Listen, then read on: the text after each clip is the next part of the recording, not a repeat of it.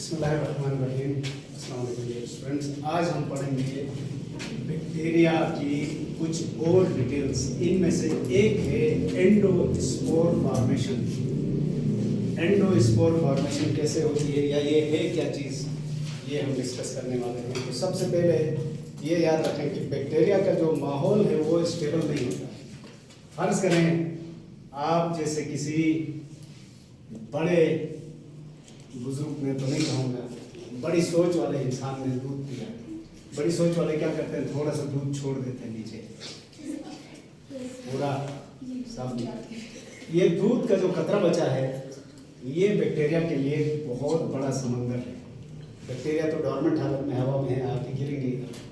अब ये बैक्टीरिया जैसे ही इसको माहौल मिल गया ना, खुराक भी है, पानी भी है, टेम्परेचर भी नॉर्मल है, पीएच भी नॉर्मल है, तो ये फटाफट रिप्रोडक्शन शुरू करेगा और इनकी तादाद बढ़ती चली जाएगी।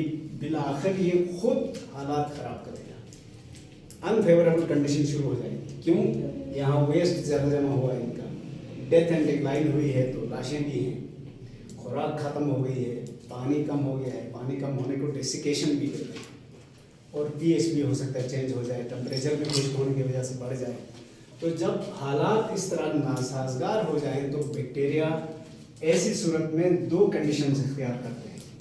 एक, अपने गिर्द बाहर एक खोल चढ़ा लेते हैं। इस खोल को कभी एक्सोस्पोर कहते हैं, कभी इसको सिस्ट कहते हैं। इन दोनों की कंपोजिशन में थोड़ा फर्क है। लेकिन अगर हालात बड़ी तेज़ी से ख़राब हो रहे हैं और पूरे जिस्म को कवर करना मुश्किल हो, तो ऐसी सूरत में बैक्टीरिया क्या करता है, अपने अंदर के सिर्फ जीनोम को बचाता है। जीनोम के गिर्द एक खोल चला लेता है।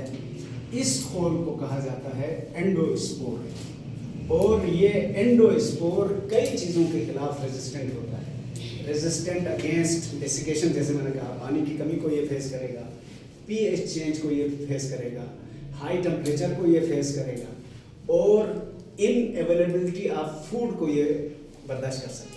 और इस हालत में ये इनएक्टिव रहता है for a long time, that is called dormant हो जाएंगे। डॉर्मेंट होने के बाद अगर हालात साजगार हो गए तो एक दफ़ा फिर एक्टिव हो जाएगा, वरना जब तक हालात साजगार नहीं हो सकते हैं और कोई बड़ी मुसीबत नहीं आती है, ये बैक्टीरिया इस हालत में लंबे अरसे तक रह सकता है। इसको कहते हैं एंडोस्पोर फॉर्मेशन। इसको हम सीधा सीधा भी डिस्कस कर सकते हैं, लेकिन बुक में इसके 7 स्टेप्स बताए हैं, तो हम उन स्टेप्स को फॉलो करते हैं। पहला स्टेप है इनिशिएशन। इनिशिएशन भी पढ़ते हैं, मतलब आपको जो आसान लगता है वो पढ़ेंगे। इनिशिएशन में क्या होगा, ये फर्ज करें हमारा बैक्टीरिया है, इसके इर्द गिर्द के हालात ख़राब होने शुरू हो गए, तो ये भांप किया कि हालात अब ठीक नहीं होने वाले हैं, तो सबसे पहले अपने इस जीनोम की कॉपी बनाने लगता है। रेप्लिकेशन और डुप्लीकेशन ऑफ जीनोम, क्योंकि बैक्टीरिया के पास एक ही डीएनए है ना, सिंगल सर्कुलर डीएनए, तो इसकी कॉपी करता है। टाइम मिले तो बहुत सारी कॉपियां बनाएगा, अदरवाइज कम से कम 2 कॉपियां तो जरूर बनाएगा। कॉपियां बनाने के बाद अब अगला है एसिमेट्रिक डिवीजन। एसिमेट्रिक डिवीजन में क्या हुआ है, ये जो 2 कॉपियां बनी थी ये अलग हो गई। अलग होने के बाद एक के गिर्द थोड़ा सा साइटोप्लाज्म और बाकी के गिर्द सारा साइटोप्लाज्म, यानी दोनों को साइटोप्लाज्म बराबर नहीं मिला। साइटोप्लाज्म इसके गिर्द थोड़ा सा जमा हो जाएगा, इसके गिर्द ये पूरा है। ये एसिमेट्रिक डिस्ट्रीब्यूशन ऑफ साइटोप्लाज्म है। फिर ये मदर सेल कहलाएगा, मेन जो सेल है ये मदर सेल कहलाएगा। Mother cell will secrete membranes around this newly formed copy of DNA. इस कॉपी के खिलाफ गिर्द थोड़ा सा साइटोप्लाज्म भी है और नई सेल मेम्ब्रेन बनाकर इसको कवर किया जाएगा। तो सबसे पहले सेल मेम्ब्रेन ने कवर किया। जब ये मेम्ब्रेन बन जाएगी तो अब अगली एक और कवरिंग यही मदर सेल सिक्रीट करेगा, वो होगी पेप्टाइडोग्लाइकेन की कवरिंग। तो एक और इजाफी कवर चढ़ गया इसके साथ। जब ये भी मुकम्मल हो जाएगा तो एक और मेम्ब्रेन का कवर चढ़ेगा, वो होगी प्रोटीन्स की। तो 3 इजाफी मेम्ब्रेन्स और हर एक की पर्सनल थिकनेस भी रिलेटिवली ज़्यादा है। तो सबसे पहले सेल मेम्ब्रेन, फिर पेप्टाइडोग्लाइकेन की थिक मेम्ब्रेन, उसके बाद प्रोटीन्स की थिक मेम्ब्रेन। और इस तरह इस थोड़े से साइटोप्लाज्म और इस डीएनए को कवर किया गया बाकी के मुकाबले में अलग करके। इसको स्पोर कोट भी कहा जाता है सबको मिला। जब ये हो जाएगा तो अब इसकी मैच्योरेशन हो गई, यानी ये स्पोर एंडोस्पोर जो अंदर बना है ये मुकम्मल हो गया। मुकम्मल होने के बाद रिलीज का मरहला आएगा आखिरी में, और रिलीज में क्या होगा, जो मदर सेल है वो डिसइंटीग्रेट हो जाएगा। डिसइंटीग्रेट होकर ये खत्म हो गया। खत्म होने के बाद अब ये एंडोस्पोर, ये इसका जीनोम है, ये इसके गिर्द का थोड़ा सा साइटोप्लाज्म प्लस मेम्ब्रेन है, ये इसकी पेप्टाइडोग्लाइकेन की कोट है, और सबसे आखिर में इसके प्रोटीन कोट है। और इतने कोट्स के अंदर बंद कर दिया तो अब ये हो जाएगा एंडोस्पोर। और ये कैसा एंडोस्पोर है, जो डॉर्मेंट है। डॉर्मेंट का मतलब ना ये रिप्रोडक्शन कर रहा है, ना ये फीडिंग कर रहा है, ना ये ग्रोथ कर रहा है, कुछ भी नहीं, यानी एक तरह से सो गया है। इसलिए डॉर्मेंट का उर्दू में तर्जुमा है खाबिदगी। खाबिदगी मीन्स सोते हुए हम सिर्फ सांस लेते हैं ना, और तो कोई काम नहीं करते, ये इनएक्टिव रहेगा। अब जब हालात साजगार हो जाएंगे तो ये खोल उतरेगा और अंदर से छोटा सा सेल निकलेगा जो फौरन फीडिंग करके मैच्योर हो जाएगा, फिर डिवाइड होना शुरू हो जाएगा और रूटीन की अपनी एक्टिविटीज जारी रखेगा। ये था जी एंडोस्पोर फॉर्मेशन। तो सबसे पहले आपने याद क्या रखना है, एक ही एंडोस्पोर बनेगा, एक ही बनेगा, एक सेल से एक डीएनए तो रिप्लिकेट। हाँ, अगर उसको टाइम मिला था, ज्यादा मिले तो ज्यादा एंडोस्पोर्स भी बनेंगे। तो एंडोस्पोर कब बना है, जब हालात ग्रेजुअली अनफेवरेबल होना शुरू हो। और ये किस हालत में रहेगा, इनएक्टिव या डॉर्मेंट फॉर्म में। ये रीएक्टिवेट कब होगा, जब हालात साजगार हो जाएंगे, यानी हालात फेवरेबल हो जाएंगे, तब ये रीएक्टिवेट हो जाएंगे। इसके बाद अब आते हैं बैक्टीरिया की मोटिलिटी। मोटिलिटी क्या है, हरकत। आपको याद दिलाता हूँ, हरकत दो तरह की होती है, एक मूवमेंट, एक लोकोमोशन। अगर पूरा जानदार अपनी जगह चेंज करे लोकोमोशन कहते हैं, अगर उसका पार्ट जगह चेंज करे तो मूवमेंट कहते हैं। अब बैक्टीरिया भी हरकत करते हैं कि नहीं। पहली बात तो बैक्टीरिया की 3 शक्लों का हमने जिक्र किया था, कोक्साई, बेसिलाई, स्पाइरेला। स्पाइरेला तो हरकत करते ही करते हैं। बेसिलाई में भी अक्सर फ्लैजेला है, वो भी हरकत करते हैं। कोक्साई की मेजॉरिटी हरकत नहीं करती, खास तौर पर जो पैरासाइटिक फॉर्म्स हैं वो हरकत नहीं करती, लेकिन कोक्साई में भी हरकत करने की गुंजाइश है। तो हरकत कैसे की जाती है, उसकी भी 3-4 अकसाम का जिक्र है। पहली हरकत है with the help of flagella, उसको कहेंगे फ्लैजेलर मूवमेंट। फ्लैजेलर मूवमेंट आगे हम तफसील से पढ़ने वाले हैं। बैक्टीरिया का फ्लैजेला आगे आगे बढ़ता है और बैक्टीरिया पीछे आता है। इनका बस फिलहाल इतना याद रखें, बाद में हम तफसील से देखेंगे। तो असल में ये घूमते हुए आगे बढ़ता है, फ्लैजेलम घूमता है तो पूरा सेल रोटेशन करता है, 360 डिग्री पर रोटेट करते हुए आगे बढ़ता है, तो ये फ्लैजेलर मूवमेंट कहलाती है। एक और मूवमेंट है जिसको कहा जाएगा ग्लाइडिंग। ये ग्लाइडिंग आमतौर पर जो कोक्साई बैक्टीरिया है, गोल वाले, ये करते हैं। ये क्या करते हैं, लुढ़कते हैं ऐसे, फिर यूं, फिर यूं। ये मैं समझा पा रहा हूं? जिस तरह एक फुटबॉल है, उसको हल्का सा किक मारेंगे तो वो लुढ़कते हुए राउंड रोटेट करते हुए आगे जाएगा ना, ये भी इसी तरह लुढ़केगा। इसको कहेंगे ग्लाइडिंग मूवमेंट। और इसके बाद है ट्विचिंग। ट्विचिंग को बाज़ औक़ात फ्लेक्शन भी कहा जाता है। फ्लेक्शन ये भी दरअसल यही वाले गोल वाले बैक्टीरिया करते हैं। ये किस तरह से करते हैं, ये जिनमें फ्लैजेला ना हो वो सारे बैक्टीरिया कर सकते हैं। इनके अंदर 2 तरह के प्रोटीन फाइबर्स या 2 रुख में प्रोटीन फाइबर्स लगे हुए हैं, ये मायोनीम्स कहलाते हैं। मायोनीम्स मसलन ये 2 इस तरह से हैं तो 2 इस तरह से हैं। ये एंटागोनिस्टिकली मूव करते हैं। कैसे, मिसाल के तौर पर ये जो ग्रीन है ये कॉन्ट्रैक्ट हुए तो रेड वाले रिलैक्स हुए।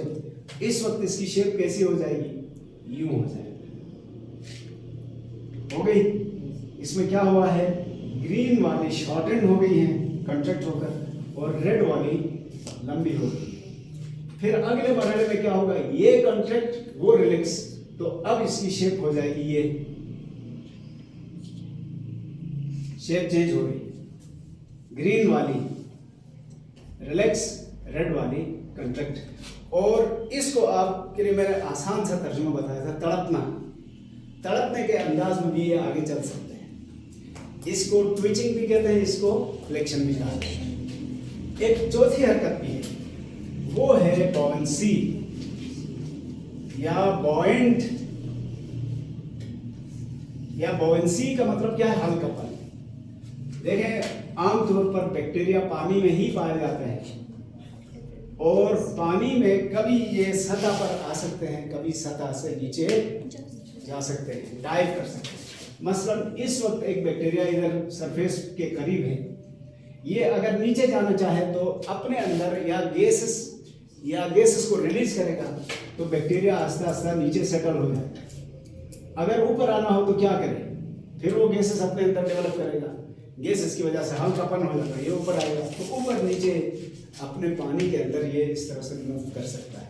इसको क्या कहेंगे, बॉयंसी या बॉयंट मूवमेंट्स। तो ये 4 तरह की हरकत कर रहे थे। अब हम आते हैं एक और चीज की तरफ। जिन बैक्टीरिया में फ्लैजेला हैं, उनमें फ्लैजेला की तादाद और तरतीब क्या है। तो सबसे पहले एक ग्रुप को निकाल दें। ये कौन सा बैक्टीरिया है, कोकस, इसमें फ्लैजेला नहीं है। दूसरा स्पाइरेला या स्पाइरोकीट या विब्रियो, इनमें फ्लैजेला हैं, लेकिन ये फ्लैजेला महसूस नहीं होते क्योंकि इनका जिस्म ही फ्लैजेला की तरह है। तो सही मानों में जो फ्लैजेला मौजूद होते हैं वो बेसिलाई में है। अब बेसिलाई में कितने फ्लैजेला हैं और वो किस तरतीब से हैं, इस हिसाब से नाम रखे गए हैं। मसलन बाज ऐसे हैं जिसमें एक ही फ्लैजेलम है, एक साइड पर है, इसको कहेंगे मोनोट्राइकस। मोनोट्राइकस, पहले ये लफ्ज क्यों बना है इस पर गौर करें। मोनो का मतलब है एक, ट्राइकोन शाख को कहते हैं, ब्रांच। तो मोनोट्राइकस का लफ्जी तर्जुमा क्या हुआ, एक शाख वाला। यहाँ शाख से मुराद क्या है, फ्लैजेलम। तो जिस बैक्टीरिया का सिर्फ एक ही फ्लैजेलम हो उसको क्या कहेंगे, मोनोट्राइकस। अगर कोई बैक्टीरिया में ऐसा है जिसके साथ एक फ्लैजेलम इस तरफ, एक फ्लैजेलम इस तरफ हो, 2 फ्लैजेला, तब क्या कहेंगे, एम्फीट्राइकस। एम्फी का मतलब है बोथ, ट्राइकस का मतलब क्या है, फिर शाख, यानी 2 फ्लैजेला अपोजिट साइड्स पर मौजूद है, इसको क्या कहेंगे, एम्फीट्राइकस। अच्छा, इसके बाद एक और ग्रुप है बैक्टीरिया का जिसमें एक ही साइड पर गुच्छे की शक्ल में कई फ्लैजेला हो सकते हैं। इनको कहते हैं लोफोट्राइकस। लोफोट्राइकस। और इनके लिए एक और लफ्ज भी इस्तेमाल हो सकता है। अगर एक ही तरफ ये गुच्छे की शक्ल में हो तो मोनोलोफोट्राइकस। यहाँ मोनो से मुराद एक फ्लैजेलम नहीं है बल्कि एक गुच्छा है, बंच, क्योंकि एक से ज्यादा है ना ये। इसी तरह अगर कोई बैक्टीरिया ऐसा हो जिसमें इस तरफ भी फ्लैजेला का एक गुच्छा हो और इस तरफ भी फ्लैजेला का गुच्छा हो, तब इनको क्या कहेंगे, एम्फीलोफोट्राइकस। तब इनको एम्फीलोफोट्राइकस कहेंगे। ये भी समझ में आ रहा है? अच्छा, इसके बाद एक और ग्रुप है जिसमें बैक्टीरिया के पूरे वजूद के गिर्द फ्लैजेला मौजूद है। इधर भी फ्लैजेलम है, इधर भी है, इधर भी है, इधर भी है। तो इसको क्या कहेंगे, पेरीट्राइकस। ये छोटी छोटी बातें आपको सेक्शन ए में आपसे पूछी जा सकती है, इसलिए इनको याद रखना है। अगर एक ही फ्लैजेलम है, एक तरफ है तो उसको क्या कहेंगे, मोनोट्राइकस, और 2 तरफ हो तो एम्फीट्राइकस। एक ही जगह बंच की शक्ल में, गुच्छे की शक्ल में हो तो मोनोलोफोट्राइकस, क्योंकि ये गुच्छे को लोफो कहा जाता है। दोनों तरफ गुच्छा हो तो एम्फीलोफोट्राइकस, और अगर चारों तरफ हो तो पेरीट्राइकस। ये नाम दिए जाएंगे। अब यहाँ पर एक और सवाल उठता है, ये तो समझ में आता है, इधर उधर का हो, इसका समझ में आता है कि फ्लैजेलम इसको खींच के ले जाएगा, इसका क्या बनेगा, अगर उस तरफ जाना हो तो ये काम नहीं करेगा, ये काम करेगा, उस तरफ जाएगा। इधर आना हो तो इसको मोड़ने की जरूरत नहीं है, ये एक्टिव हो जाएगा, वो इनएक्टिव हो जाएगा, ये ले जाएगा इसको। इसी तरह ये गुच्छा पूरा बैक वक्त हरकत करेगा तो उस तरफ जाएगा। इधर भी यही मसला है, ये गुच्छा हरकत करेगा तो ये गुच्छा नहीं करेगा, इसलिए बैक्टीरिया तेजी से उधर जाएगा। इसके मुकाबले में इसकी स्पीड तेज होगी क्योंकि यहाँ ज्यादा जोर लग रहा है। जब ये इनएक्टिव होगा, ये एक्टिव होगा तो इसको भी डायरेक्शन चेंज करने की जरूरत नहीं, इधर आएगा। यही हाल इसका भी है। एक वक्त में सिर्फ एक बैक्टीरिया, एक फ्लैजेलम काम करेगा, ये काम करेगा तो बाकी ये तीन काम नहीं करेंगे, बैक्टीरिया आगे जाएगा। ये काम करेगा तो ये तीन काम नहीं करेंगे, इधर आएगा। ये काम करेगा तो ये तीन काम नहीं करेंगे, उधर जाएगा। इसी तरह डायरेक्शन इसको चेंज करने की जरूरत नहीं है। समझ आ गया ये? तो ये बैक्टीरिया में फ्लैजेला की अरेंजमेंट का जिक्र था। अब आते हैं बैक्टीरिया के फ्लैजेलम की स्ट्रक्चर क्या है। एक चीज याद रखें, फ्लैजेला या फ्लैजेलम यूकैरियोट्स में भी हो सकता है, प्रोकैरियोट में भी हो सकता है। तो ये प्रोकैरियोट्स हैं, इनके फ्लैजेला की स्ट्रक्चर यूकैरियोट्स के फ्लैजेला से थोड़ी सी मुख्तलिफ है। फर्ज करें सरसरी तौर पर देखें तो ये इस तरह से है। ये एक बैक्टीरिया है और उसका फ्लैजेलम यहाँ एक स्ट्रक्चर है, इससे निकला है और इससे आगे ये इस तरह से है। इस फ्लैजेलम के तीन हिस्से हैं। ये हिस्सा बेसल बॉडी कहलाता है, बेसल बॉडी। इस हिस्से को हुक कहा जाता है और आगे जो है इसको फिलामेंट कहा जाता है। ये फिलामेंट यहां इन बैक्टीरिया के फ्लैजेलम में filament is formed by flagellin protein. कौन से प्रोटीन से बना है? फ्लैजिलीन। जबकि यूकैरियोट्स में ये ट्यूबुलिन प्रोटीन का बना है। तो प्रोटीन का फर्क है। यूकैरियोट्स में फिलामेंट किस चीज से बना है? ट्यूबुलिन। यहां किस प्रोटीन से बना है? फ्लैजिलीन। अब इसको मैं थोड़ा सा बड़ा करता हूं, जिसको बेसल बॉडी कहा था। ये इस तरह की एक स्ट्रक्चर है, दो सर्कुलर स्ट्रक्चर्स हैं और ये दोनों मिलकर बेसल बॉडी कहलाती है। इनमें से एक सेल मेम्ब्रेन में धंसी हुई है। ये सेल मेम्ब्रेन है। सेल मेम्ब्रेन लिपिड बाइलेयर से बनती है ना, yes. बैक्टीरिया में भी लिपिड बाइलेयर की बनी हुई है। ये सेल मेम्ब्रेन है। दूसरी अगर सेल वॉल हुई तो उसमें धंसी हुई है, पेप्टाइडोग्लाइकेन में, और इससे अराइज होता है ये हुक। हुक काफी मोटा होता है लेकिन बेसल बॉडी जितना नहीं। हुक को आप यूं डिस्कस कर सकते हैं, ये हुक है। तो ये जो ग्रीन कलर की थी, ये दो क्या चीज थी? Basal bodies. Basal bodies are embedded in cell membrane and cell wall, but they face towards cytoplasm. इसके अंदर साइटोप्लाज्म है, साइटोप्लाज्म को भी ये टच करती है। जबकि हुक इन दोनों से बाहर निकला हुआ है और हुक के अगले हिस्से में जो फ्री एंड है वहां पर इस तरह से इंटरवोवन एक स्ट्रक्चर है, इसको कहा जाता है फिलामेंट। ये फिलामेंटस प्रोटीन है और यही फ्लैजिलीन की बनी हुई फिलामेंट। अच्छा, अब होता क्या है? ये पूरा सेल है ना, ये बैक्टीरियल सेल है, उसका ये छोटा सा हिस्सा हमने बड़ा करके दिखाया। अब ये जो दो बेसल बॉडीज हैं, दे रोटेट अराउंड 360 डिग्री, फुल घूमती हैं ये। जब ये घूमेंगी तो they will move the hook. Hook घूमेगा तो आगे फिलामेंट घूमेगी। यानी यूं समझो, ये बैक्टीरिया है और ये इसका फ्लैजेला है। तो पूरा जब फ्लैजेलम मूव करेगा तो पूरा बैक्टीरियल सेल मूव करेगा, रोटेट करेगा।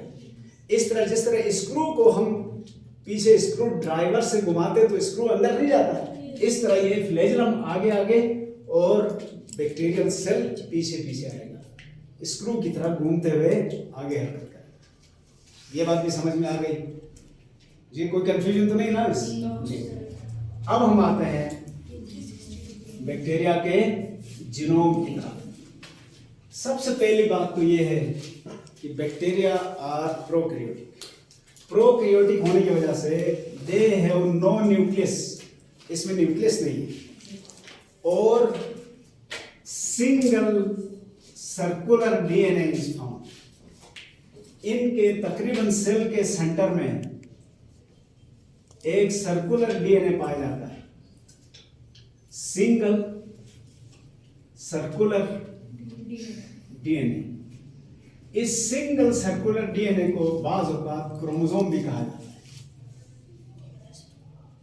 लेकिन क्रोमोसोम कहते हुए कुछ साइंसदान एतराज करते हैं इस पर, क्योंकि अगर आपको याद हो तो क्रोमोसोम किस चीज से बना था? 40% डीएनए, 60% प्रोटीन। कौन से प्रोटीन थे? हिस्टोन्स। यहां पर प्रोटीन है लेकिन हिस्टोन नहीं। हिस्टोन के ना होने की वजह से इसको डीएनए कहने को प्रेफर करते हैं। और ये अमूमन सेल के सेंटर में है, कोई मेम्ब्रेन बाउंडेड न्यूक्लियस नहीं है, तो नो डेफिनेट न्यूक्लियस। हाँ, अलबत्ता इसके गिर्द साइटोप्लाज्म थोड़ा सा अलग थलग सा है बाकी साइटोप्लाज्म के मुकाबले में। तो इन दोनों को मिलाकर ये लफ्ज भी इस्तेमाल होता है न्यूक्लियोइड। न्यूक्लियोइड का तर्जुमा है न्यूक्लियस जैसा। जब न्यूक्लियोइड कहेंगे तो क्या क्या शामिल करेंगे? जो सिंगल सर्कुलर डीएनए है वो भी, और इसके इर्द गिर्द जो साइटोप्लाज्म है वो भी। दोनों को न्यूक्लियोइड भी कहते हैं, इसको न्यूक्लियर रीजन भी कहते हैं। तो 4 नाम हो गए, कोई भी पूछा जा सकता है, आप देख लें। डीएनए भी कह सकते हैं, सिंगल सर्कुलर डीएनए, क्रोमोसोम भी कह सकते हैं, न्यूक्लियोइड भी कहते हैं, न्यूक्लियर रीजन भी कहते हैं। लेकिन ये दोनों लफ्ज तब इस्तेमाल करेंगे जब इसके इर्द गिर्द का जो साइटोप्लाज्म है उसको भी शामिल करें। ठीक हो गया। अब इसकी लेंथ कितनी है, यानी ये इसमें कितने न्यूक्लियोटाइड्स हैं, ये वेरी करता है, सेल टू सेल वेरी करता है।